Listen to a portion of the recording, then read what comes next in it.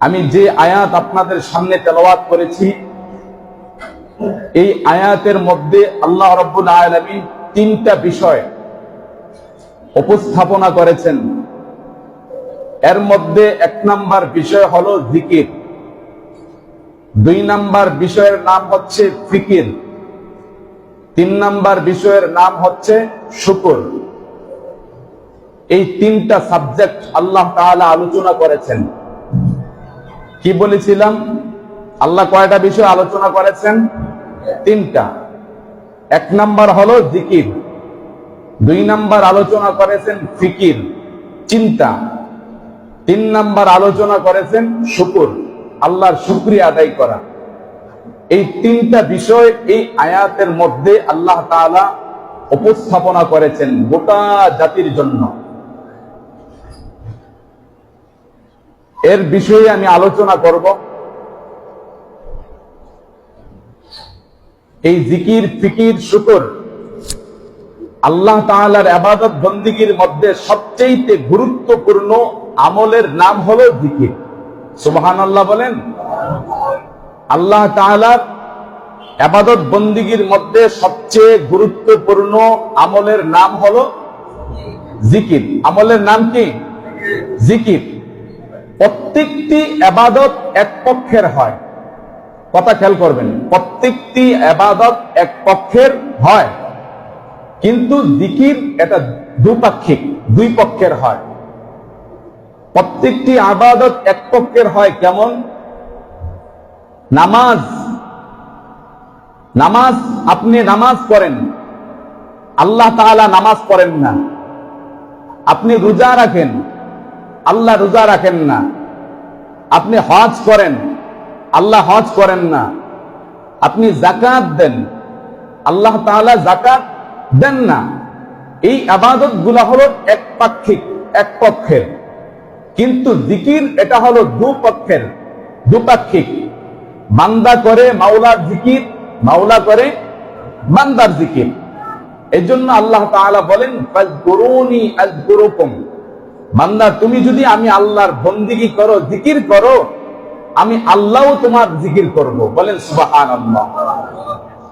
আল্লাহ তাআলা মানুষের জিকির কেমনে করে, এটার ব্যাখ্যা ফাযকুরুনি আযকুরুকুম, এই আয়াতের ব্যাখ্যা করেছেন ইমাম বুখারী রাহমাতুল্লাহি আলাইহি, আল্লামা বদরুদ্দিন আইনি রাহমাতুল্লাহি আলাইহি উমদাতুল কারি শরহে সহিহুল বুখারী এর 25তম খণ্ডের মধ্যে উল্লেখ করেছেন,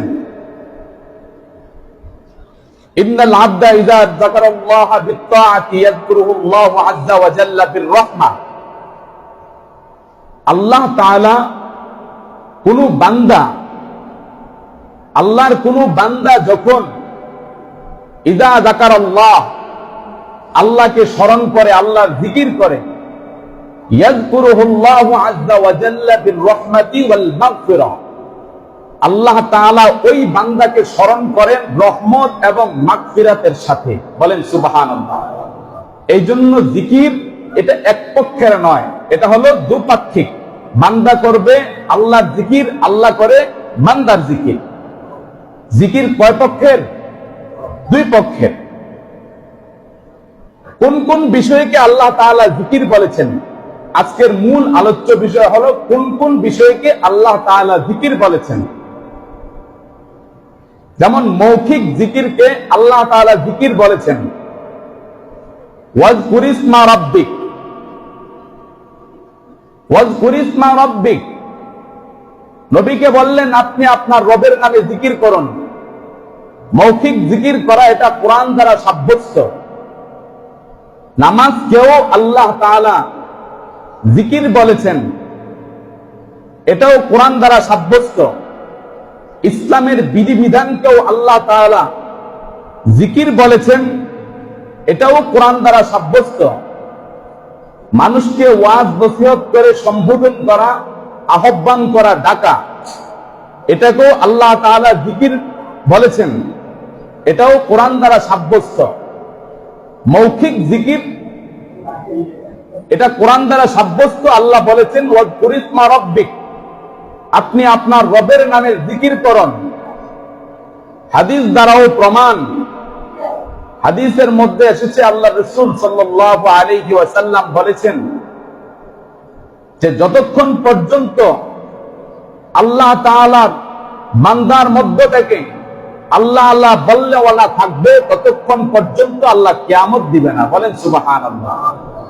জিকিরের অনেক ফজিলত নিয়ে আল্লাহ তাআলা, মৌখিক জিকিরের অনেক ফজিলত নিয়ে হাদিসের ভিতরে অনেক শব্দ এসেছে।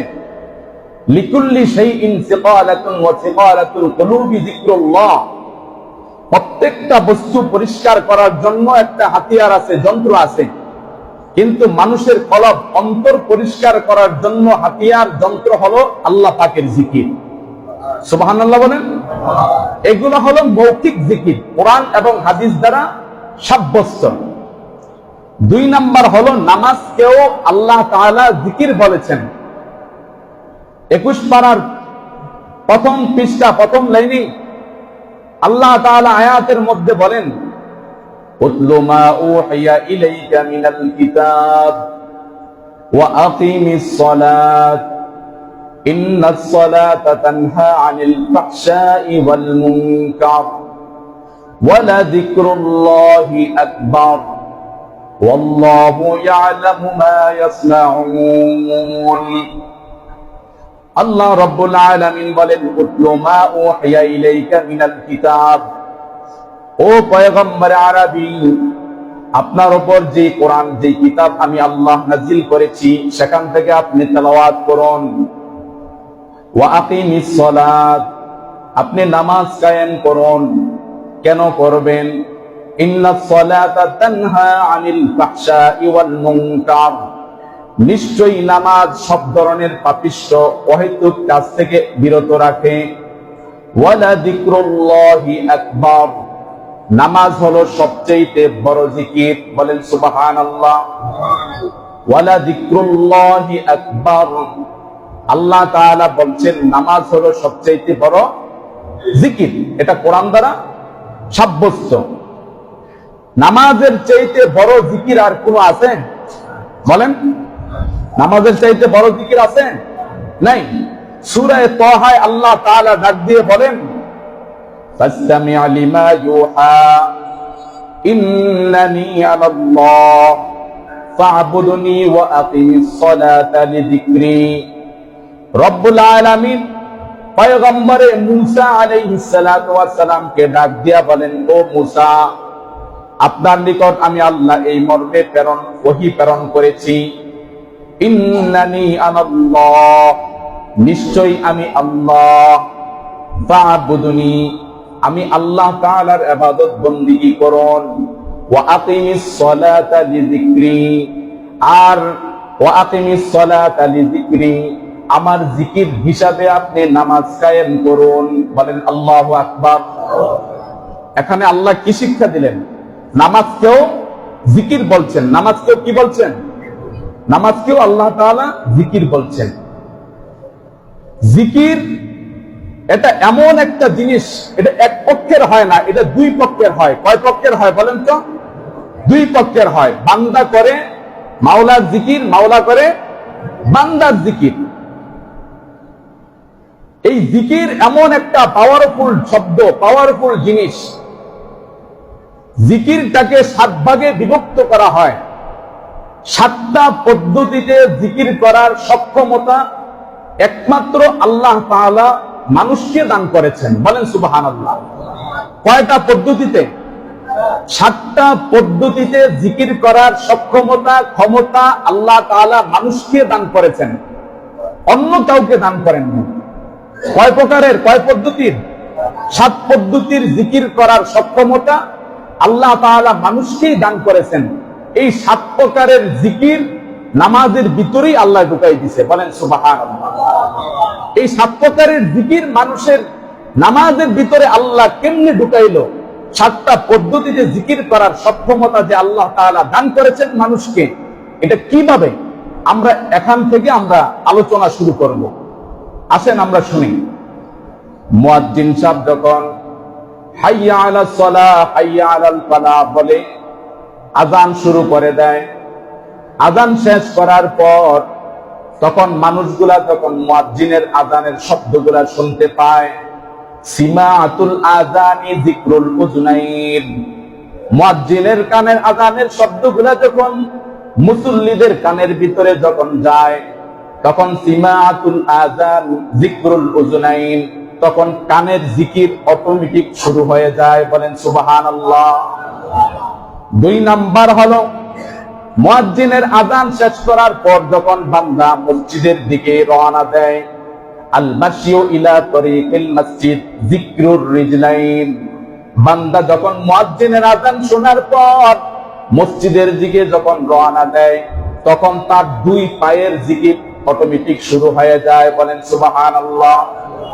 হাদিস শরীফের মধ্যে রাহমাতুল লিল আলামিন বলেন, আল্লাহর কোন ইমানদার বান্দা যখন মসজিদে নামাজ পড়ার জন্য রওনা দেয়, তার প্রত্যেকটা কদমে কদমে আল্লাহ তাআলা 10টা গুনাহ মাফ করে দেন। বলেন সুবহানাল্লাহ। আল্লাহর আদালতে আধ্যাত্মিকভাবে তার 10 গুণ মর্যাদা বৃদ্ধি পেয়ে যায়। বলেন আল্লাহু আকবার। এটা হলো দুইটা জিকির গেল। যখন মুয়াজ্জিনের আযানের শব্দ মানুষের কানের ভিতরে ঢুকে, তার কানের জিকির অটোমেটিক শুরু হয়ে যায়।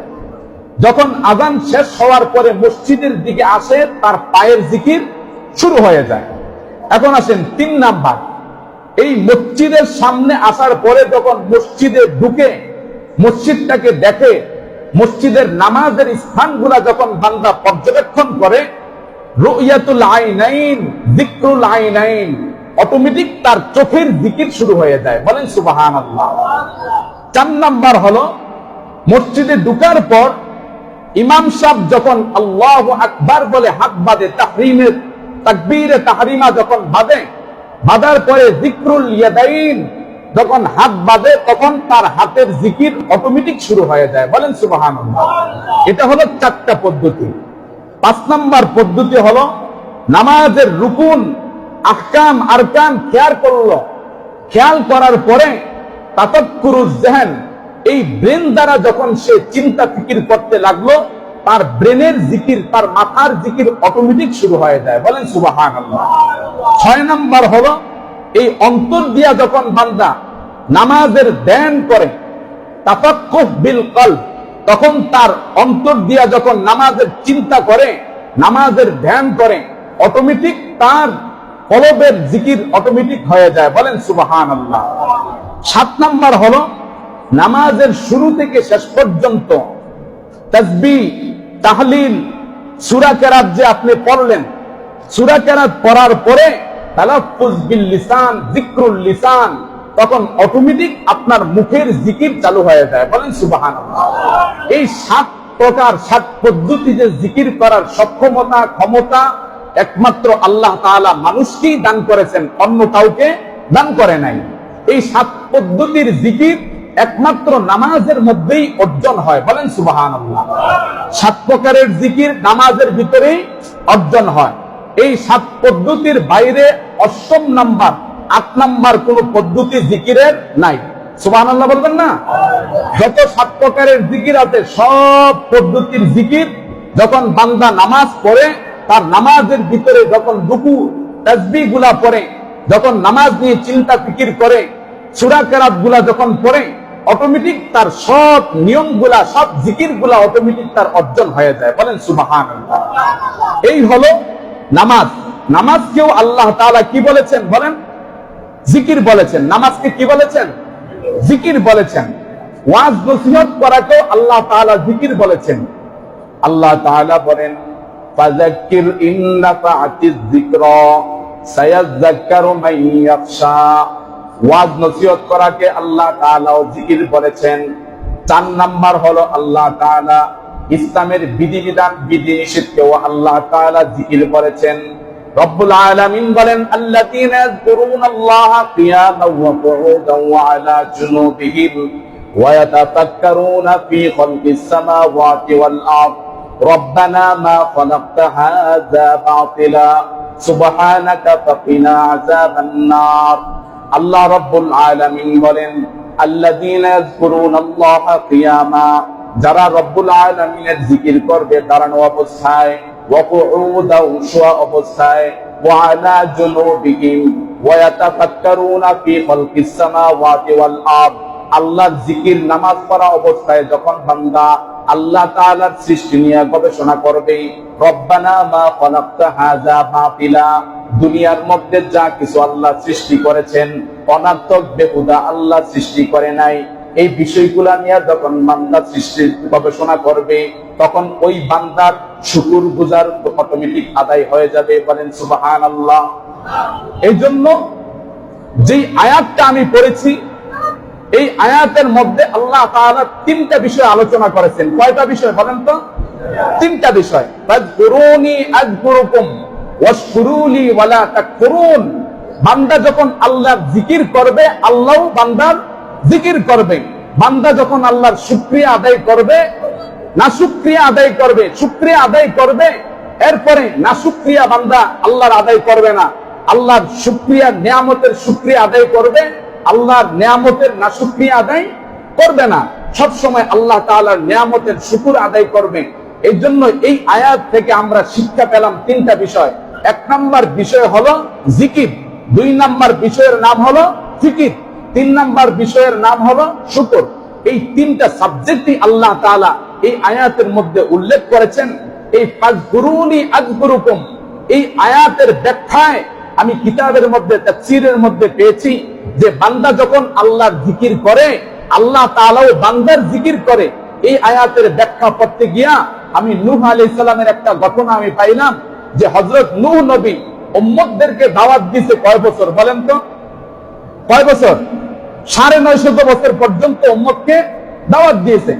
রব্বি ইন্নী দাউতু কওমি লাইলাও ওয়া নাহারা, হে আল্লাহ দিন রাত 24 ঘন্টা তো উম্মতকে আমি বুঝাইলাম।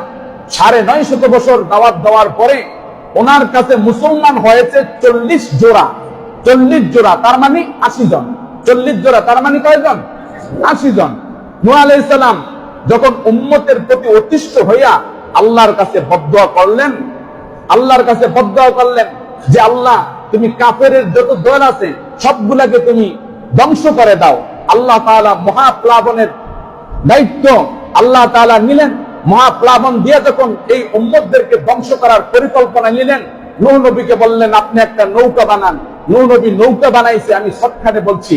বানানোর পরে এই 40 জোড়া উম্মতকে নৌকার মধ্যে রাখলেন। প্রত্যেকটা পশু পাখির ভিতর থেকে জোড়া জোড়া এই নৌকার মধ্যে রাখলেন। রাখার পরে নূহ আলাইহিস সালাম যখন এই নৌকার ভিতরে সব বোঝাই করে ফেললেন তখন মহাপ্লাবন অটোমেটিক শুরু হয়ে গেল। মহাপ্লাবন শুরু হওয়ার পরে হযরত নূহ আলাইহিস সালাতু ওয়াস সালাম মনে মনে চিন্তা করতে লাগলেন, ওনার উম্মতির ভিতরে একজন উম্মত ছিল খুব বুজুর্গ, খুব বুজুর্গ, আল্লাহর ইবাদত বন্দেগী সবচেয়ে বেশি করত, খুব আমলওয়ালা একজন উম্মত ছিল। এই উম্মতটার কথা হযরত নূহ নবী ভুলে গেছেন। কিস্তির মধ্যে নৌকার মধ্যে পড়তে গিয়া উনি ভুলে গেছে, এই উম্মতের কথা খেয়াল ছিল না। তখন নূহ আলাইহিস সালাম চিন্তা ভাবনা করতে লাগলেন নৌকায় বসে। যখন দীর্ঘদিন চলে গেল নৌকার ভিতরে বসা, যদি পাহাড়ের মধ্যে যায় যখন নৌকাটা ঠেকলো, নৌকার মহাপ্লাবনের পানি যখন শুকিয়ে গেল, হযরত নূহ আলাইহিস সালাম তখন চিন্তা করলেন যে আমার তো একজন ভক্ত ছিল, আমার প্রতি ঈমান আনয়ন করেছিল, আল্লাহর প্রতি বিশ্বাস স্থাপন করেছিল, এই বুজুর্গ এখন কি সে জীবিত আছে না মৃত্যুবরণ করেছে, আমি একটা দেখা করার জন্য আমি পথ চলি। হযরত নূহ নবী যখন তাকে দেখা করার জন্য পথ চলতে লাগলেন, যখন তার বাড়ির সামনে গেলেন, যাওয়ার পরে দেখে দুনিয়ার সব বাড়িঘর সব ধ্বংস হয়ে গেল, কিন্তু ওই বৃদ্ধ আল্লাহর বুজুর্গ বান্দা যেই ঘরের মধ্যে উনি দেখছিলেন, যাওয়ার পরে দেখে ওই ঘরটা সেইভাবেই আছে যেভাবে প্রথমে দেখছিল। বলেন সুবহানাল্লাহ। নূহ আলাইহিস সালাম অবাক হয়ে গেলেন, কিরে এতদিন যাবত এখানে মহাপ্লাবনে সব ধ্বংস হয়ে গেল, এই বুড়ার ঘর তো এখনো ভালো আছে, এই বুড়া তো ধ্বংস হয় নাই, কিছু হয় নাই। তখন নূহ নবী ওনাকে যে বললেন যে আপনি যে এখানে ঘরের মধ্যে বসে আছেন, এত যে মহাবড় প্লাবন হলো, আপনি কি টের পান নাই? তখন নূহ নবীর উত্তরে বললেন যে আমি তো টের পাই নাই, কখন মহাপ্লাবন হইল। সুবহানাল্লাহ বলতেন না? এরপরে ওই বৃদ্ধা বললেন, হে নূহ, আযকুরুনি আযকুরুকুম, আল্লাহ তো বলছেন যে বান্দা আল্লাহর জিকির করবে, আল্লাহর স্মরণ করবে, আল্লাহ তাআলাও তার স্মরণ করবে। তুমি নূহ তুমি নবী হইয়া আমি উম্মতকে বলতে পারো, কিন্তু যেই আল্লাহর জিকির আমি করি, যেই আল্লাহর ইবাদত করি, ওই আল্লাহ আমাকে বলে নেন। সুবহানাল্লাহ বলবেন না? এই আয়াতের ব্যাখ্যার মধ্যে আসছে, আপনি যখন আল্লাহ জিকির করবেন, আপনি যখন আল্লাহকে স্মরণ করবেন, স্মরণ করার সাথে সাথেই আল্লাহ তাআলা আপনার ডাকে সাড়া দিবেন। হাদিসে কুদসির মধ্যে আসছে, কোন বান্দা যখন আল্লাহকে ডাক দেয়, ডাক দেওয়ার সাথে সাথে আল্লাহ তাআলা 70 বার জবাব দেয়। কয়বার জবাব দেয়? 70 বার ওই বান্দার ডাকে জবাব দেয়। এই জন্য জিকিরের মধ্যে সবচেয়ে বড় জিকির হলো নামাজ। সবচেয়ে বড় জিকির নামাজ। আজকে আমরা মুসলমান এই ফরজ নামাজের গুরুত্ব দেই না, সবচেয়ে বেশি গুরুত্ব দেই জানাজার নামাজকে। জানাজার নামাজের ভিতরে যেভাবে মানুষ গুরুত্ব সহকারে আসে শেষ বিদায় দেওয়ার জন্য, এই গুরুত্বটা যদি ফরজ নামাজের মধ্যে দিত, তাহলে মানুষের ভিতরে এত কলহদ্বন্দ্ব হইতো না। কলহদ্বন্দ্ব হইতো বলেন? মানুষের ভিতরে দ্বন্দ্ব হইতো, সমাজটা অটোমেটিক সুন্দর হয়ে যেত। এই নামাজের মাধ্যমে শৃঙ্খলা পয়দা হয়, এই নামাজের মাধ্যমে মানুষের ভিতরে ভদ্রতা পয়দা হয়। এই মসজিদের বাইরে মানুষ যা কিছু করুক না কেন, কিন্তু মসজিদের ভিতরে যখন ঢুকে, তখন কে বড়, কে ছোট, কে মেম্বার, কে চেয়ারম্যান, কে এমপি, কে মন্ত্রী, এগুলা দেখার টাইম নেই। মসজিদের ভিতরে আসছে আল্লাহর নামাজ পড়ার জন্য, এমপির সাথে একজন রিকশা চালকও দাঁড়ায় নামাজ পড়ে। বলেন সুবহানাল্লাহ। এই নামাজ মানুষকে শৃঙ্খলা শিখায়। এই নামাজ গুলো যেন আমরা আদায় করতে পারি, এই 7টা পদ্ধতিতে জিকির করার সক্ষমতা আল্লাহ তাআলা মানুষকে দান করেছেন। এই 7 পদ্ধতির জিকির আদায় হয় নামাজের মাধ্যমে। সুবহানাল্লাহ বলতেন না? এই জন্য পয়গম্বর বলছেন, আনতা আবুদাল্লাহ কাআন্নাকা তারা ফা ইন লাম তাকুন তারাহু ফা ইন্নাহু ইয়ারাক। আমরা তো নামাজ পড়ছি, আমরা তো রোজা রাখছি, আমরা তো জিকির আজকার করছি, আল্লাহকে দেখে দেখে করছি? বলেন, আল্লাহকে দেখছি আমরা কেউ? আল্লাহকে দেখি নাই। নবীকে দেখছি? দেখি নাই। এই ইবাদতের ক্ষেত্রে নবীজি বলছেন, আনতা আবুদাল্লাহ কাআন্নাকা তারা, তুমি আল্লাহর ইবাদত করবা সেভাবে যেভাবে মনে হয় যেন তুমি আল্লাহকে দেখতেছো। বলেন সুবহানাল্লাহ। হযরত আলী রাদিয়াল্লাহু তাআলা আনহুকে এক সাহাবী, একজন বেদুইন জিজ্ঞেস করছিল যে, আলী, তুমি যে আল্লাহ পাকের জিকির করো, আল্লাহর বন্দেগী করো, তুমি কি আল্লাহরে দেখছো নি? আলী কয়, আমি ওই আল্লাহর ইবাদত করি না যে আল্লাহকে আমি আলী দেখি না। সুবহানাল্লাহ বলবেন না? এই জন্য নবীজি শিক্ষা দিছে, আনতা আবুদাল্লাহ কাআন্নাকা তারা ওয়া ইন লাম তাকুন তারাহু ফা ইন্নাহু ইয়ারাক। তোমরা আল্লাহর ইবাদত করবা সেভাবে মনে হয় যেন তুমি আল্লাহকে দেখছো, যদিও আল্লাহকে দেখার মতো যোগ্যতা শক্তি তোমার নাই, কিন্তু মনে মনে এতটুকু ধারণা করো আল্লাহ আমাকে দেখতেছেন। বলেন সুবহানাল্লাহ। এই জন্য বলছেন, ফাযকুরুনি আযকুরুকুম ওয়াশকুরুলি ওয়ালা তাকফুরুন। এই আয়াতের ভিতরে 3টা শিক্ষার 1 নাম্বার শিক্ষা গেল জিকির। 1 নাম্বার শিক্ষা কি গেল? জিকির। 2 নাম্বার হলো ফিকির। ফিকির মানে হলো চিন্তা। ফিকির মানে কি? চিন্তা। এই চিন্তা বিষয়ক আল্লাহ তাআলা বলেন, নবীর মাধ্যমে জানায় দেন, তাতাক্কারু ফি খালকিল্লাহ ওয়ালা তাতাফাক্কারু ফিল্লাহ। বান্দা যেন আল্লাহর সৃষ্টি নিয়ে গবেষণা করে, আল্লাহকে নিয়ে যেন গবেষণা না করে। সুবহানাল্লাহ বলবেন না? আল্লাহর সৃষ্টি নিয়ে কেমনে গবেষণা? এই যে সূর্য পৃথিবী থেকে 13 লক্ষ গুণ বড়, পৃথিবীর চেয়ে 13 লক্ষ গুণ বড় কি সূর্য? এরকম 10,000 বিলিয়ন সূর্য একত্রিত করলে একটা গ্যালাক্সির ভিতরে ঢুকে। সুবহানাল্লাহ বললেন না? এই 10,000 বিলিয়ন গ্যালাক্সি বিজ্ঞান বলে আকাশের মধ্যে উঠতেছে অটোমেটিক। সুবহানাল্লাহ বলেন। এই সবগুলো হলো প্রথম আকাশের নিচে, তারপরে দ্বিতীয় আকাশ, তৃতীয় আকাশ, চতুর্থ আকাশ, পঞ্চম, ষষ্ঠ, সপ্তম, সিদরাতুল মুনতাহা, তারপরে আরশে আযীম, আরশে আযীমের পরে হলো কুরসি। এই কুরসিটার চতুর্পাশে হলো পর্দা, 70,000 নূরের তৈরি পর্দা। এক পর্দার ব্যবধান আরেক পর্দা থেকে ব্যবধান হলো 70,000 বছরের রাস্তা। এই বিষয়গুলো নিয়ে যখন বান্দা গবেষণা করবে, তার জ্ঞান বৃদ্ধি পাবে। বলেন সুবহানাল্লাহ। আর আল্লাহকে নিয়ে যদি গবেষণা করে, অটোমেটিক সে পাগল বেঈমান হয়ে যাবে। এই জন্য নবী বলছেন, তাফাক্কারু ফি খালকিল্লাহ ওয়ালা তাতাফাক্কারু ফিল্লাহ। এই বিষয়গুলো নিয়ে যখন বান্দা চিন্তা ভাবনা করবে, যে আল্লাহ তাআলা যে আমাদেরকে খানা খাওয়ান, এই যে চাউল থেকে ভাত হয়, ভাত থেকে এই ভাতগুলা যখন খাই, এই ভাতগুলা নিয়ে আপনি চিন্তা করেন, কিভাবে আল্লাহ তাআলা জমিন থেকে আমাদেরকে দান করলেন। এই বিষয়গুলো আপনি গবেষণা করেন। গবেষণা করার পরে আল্লাহর রিজিক গুলা খেয়ে আপনি যখন আলহামদুলিল্লাহ বলবেন, ফিকির করে চিন্তা করে যখন আলহামদুলিল্লাহ বলবেন, তখন আল্লাহ তাআলা বলেন, তখন অটোমেটিক তার শুকরিয়া আদায় হয়ে যায়। বলেন সুবহানাল্লাহ। যখন আল্লাহর নিয়ামত খাইয়া, হালাল রিজিক খাইয়া যখন শুকরিয়া আদায় করবেন, এই শুকরিয়া আদায় করার কারণে নবী বলে ওই বান্দার যে খানাটা খাইছে ওই খানার কোনো হিসাব হবে না। সুবহানাল্লাহ বলবেন না? এটা হলো নিয়ামতের শুকর। নিয়ামতের শুকর আদায় করলে আল্লাহ তাআলা বলেন, নিয়ামতের শুকর আদায় যখন বান্দা করে আল্লাহ তাআলা তার নিয়ামতের মধ্যে বরকত দান করে দেন। বলেন সুবহানাল্লাহ। এই জন্য আজকের বিষয় থেকে আমরা কি পাইলাম? মূল বিষয় যে জিকিরের মধ্যে সবচেয়ে বড় জিকিরের নাম কি?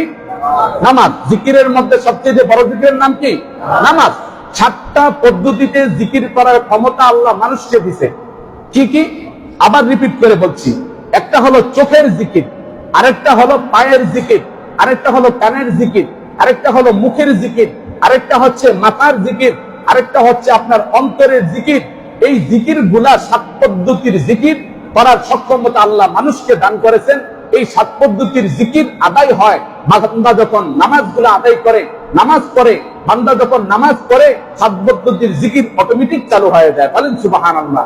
এই বান্দাগুলা যখন নামাজ পড়তে গিয়া সিজদার মধ্যে মাথা ঝুঁকায়, তখন তার সিজদার সাথে হাজার হাজার লক্ষ কোটি কোটি কোষগুলা আল্লাহর কুদরতি পায়ে সিজদা করতে থাকে। এই জন্য বলা হয়েছে ওয়ালা যিকরুল্লাহি আকবার। এই নামাজটা হলো সবচেয়ে বড় জিকির। বলেন সুবহানাল্লাহ। এই নামাজগুলো গুরুত্ব সহকারে আমরা যেন আদায় করতে পারি, আল্লাহ তাআলা আমাদের সকল ভাইদেরকে তৌফিক দান করুন। বলুন আমিন। সামনে রমজান আসতেছে। আগামী জুমায় স্পেশাল আলোচনা হবে রমজান বিষয়ে। আপনার পেটের ভিতরে যদি কোনো খুঁটিনাটি বিষয় থাকে অজানা, এই বিষয়গুলো আগামী জুমায় আলোচনা হয়ে যাবে। যারা আমরা মসজিদে জুমা পড়তে আসি আগে আগে আসার চেষ্টা করব, আর যে বিষয়গুলো বলবো মনোযোগ সহকারে আমরা শুনবো ইনশাল্লাহ। বলেন ইনশাল্লাহ। যেহেতু আগামী জুমার দিন যে রাত্রে সম্ভবত তারাবি, যদি চাঁদ উঠে যায় তারাবি করতে হবে। অতএব এই রমজান বিষয়ে অনেক প্রশ্ন আছে, যেমন তারাবির নামাজ 20 রাকাত না 8 রাকাত, এই বিষয় নিয়ে। এরপরে রমজানের রোজাগুলা, রমজান বিষয়ে আপনি রোজা গিয়ে 30টা রাখবেন না 29টা রাখবেন? আপনি কি সৌদির সাথে মিল রেখে বাংলাদেশে রোজা রাখবেন, না বাংলাদেশ সৌদি আলাদা আলাদা করে রোজা রাখবেন? এরকম অনেকগুলা অজানা প্রশ্নের উত্তর আগামী জুমায় আপনারা পেয়ে যাবেন। আল্লাহ তাআলা আমাদের সকল ভাইদেরকে আগে আগে জুমায় আসার তৌফিক দান করুন। সবাই বলুন আমিন। যারা আমরা সুন্নত করি না, আমরা সুন্নত করে নেব। আসসালামু আলাইকুম ওয়া রাহমাতুল্লাহ।